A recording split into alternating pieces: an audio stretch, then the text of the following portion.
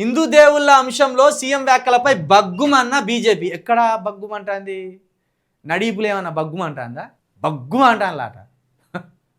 మరి మాకెక్కడ కనబడతలేదు బగ్గుమ అనేది.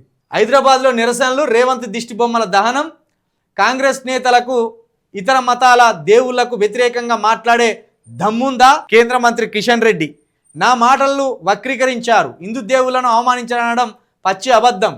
జూబ్లీహిల్స్లో డిపాజిట్ కోల్పోయిన నిరాశలో బీజేపీ దుష్ప్రచారం. వీళ్ళ అబద్ధాలు చూడా.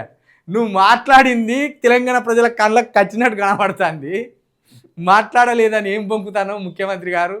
కళ్ళు తాగేటోనికి ఓ దేవుడు, కోళ్ళు కోసుకునేటోనికి ఓ దేవుడు, ఇద్దరు పెళ్ళిళ్ళు చేసుకునేటోనికి ఓ దేవుడు, పప్పన్నం తినేటోళ్ళకి కూడా ఓ దేవుడు. పప్పన్నం అంటే వాళ్ళు తింటారా? బ్రాహ్మణులు. వాళ్ళు మాంసాహారం పుట్టారు. ఇక కోళ్ళు మేకలు ఎవరు కథం చేస్తారు? మన వాళ్ళే. పోషవ తల్లికి మొక్కుకున్నాం. మన ఇంట్లో కొడుకు పుడితే పుట్టెంటికలు ఇస్తామని యమలాడ రాజన్నకు మొక్కుకున్నాం.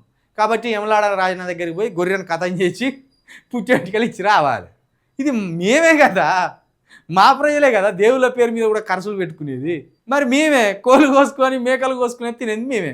ఇక పుసుకున్న మా ఇంట్లో పోరనుకో, పోరికో జ్వరం వస్తే ఏం చేస్తాం? ఎల్లమ్మ తల్లి కోరిక కోరింది, కళ్ళు శాఖ పోయాలి అంటాం. అంతేగా, కళ్ళు శాఖ పోయాలి అని ఆ కళ్ళు తెస్తారు. ఆ రోజు కొన్ని కథం చేస్తారు. పాపం ఆ కళ్ళు అటు పోతారు, వీడిటు తాగుతారు. ఈ అలవాట్లు, ఈ సాంప్రదాయం, ఈ ఆచారం అంతా మాదే. సరే, మీరు కూడా రెడ్డి, మీరు కూడా ఉప్పలమ్మని చేసుకుంటారు. రెడ్డిలు ఉప్పలమ్మని చేసుకుంటారు. నువ్వు కూడా మా శూద్రుడివే కదా. ఈ వర్ణాల ప్రకారం, 4 వర్ణాల ప్రకారం మీరు శూద్రులే. పేరుకు ఓసీలు కావచ్చు కానీ శూద్రులే. మీరు అంటరాని వారి కిందకే వస్తారు. బ్రాహ్మణ సిద్ధాంతం ప్రకారం రేవంత్ రెడ్డి గారు కూడా అంటరాని వారి కిందకే వస్తారు. మైసమ్మను కూడా ఎత్తారు.